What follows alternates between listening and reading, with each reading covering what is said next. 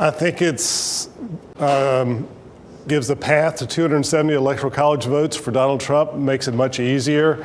This is a state that Kamala Harris had put a lot of time and effort into and didn't work out for her. It looks like some of the other battleground states are going to be equally challenging for her. This reminds me of 2016.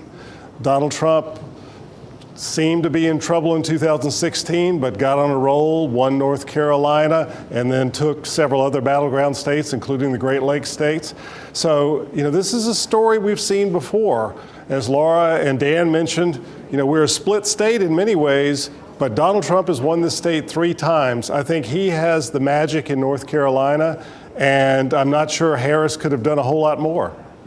David, Kamala Harris had far and away the much bigger ground game. I mean, they were knocking on 2,000 doors per minute across the country. Was that oversold as being an advantage for her in this state? Well, I think she couldn't overcome some of the challenges that she had, even with a good ground game. I mean, look at it. President Biden is a very unpopular president. She's considered to be part of that administration. 3/4 of Americans think the country is going in the wrong direction, and they tend to blame incumbents. So even though she was knocking on doors, she added some excitement for many Democrats, including young Democrats. The mood of the country was for change, and Donald Trump represented that change candidate. David, I just find it so interesting as we're looking at all the different counties here in North Carolina. Welcome to North Carolina, by the way, if you haven't been through an election here before, because that's how it happens. We are very, very purple when it comes to how people vote. But what do you see now? Because I just want to go back to the rest of the country, because it looks like even the early results that like Georgia and some of the other states are leaning toward Trump's way. I think if you just look at the North Carolina map, the Georgia map, and some of the other maps, Democrats put a lot of faith in big urban areas. They want to get, as Laura said, 70% of the votes out of places like Raleigh and Charlotte.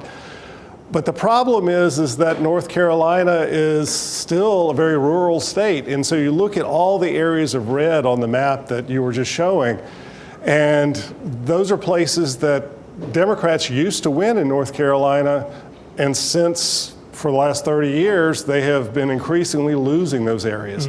So I think the story for North Carolina, Georgia, even Pennsylvania is we've become so polarized that Democrats have focused entirely on urban areas and need to find some way to make some headway into rural areas. Do you think it's the candidate or just the demographics of this state?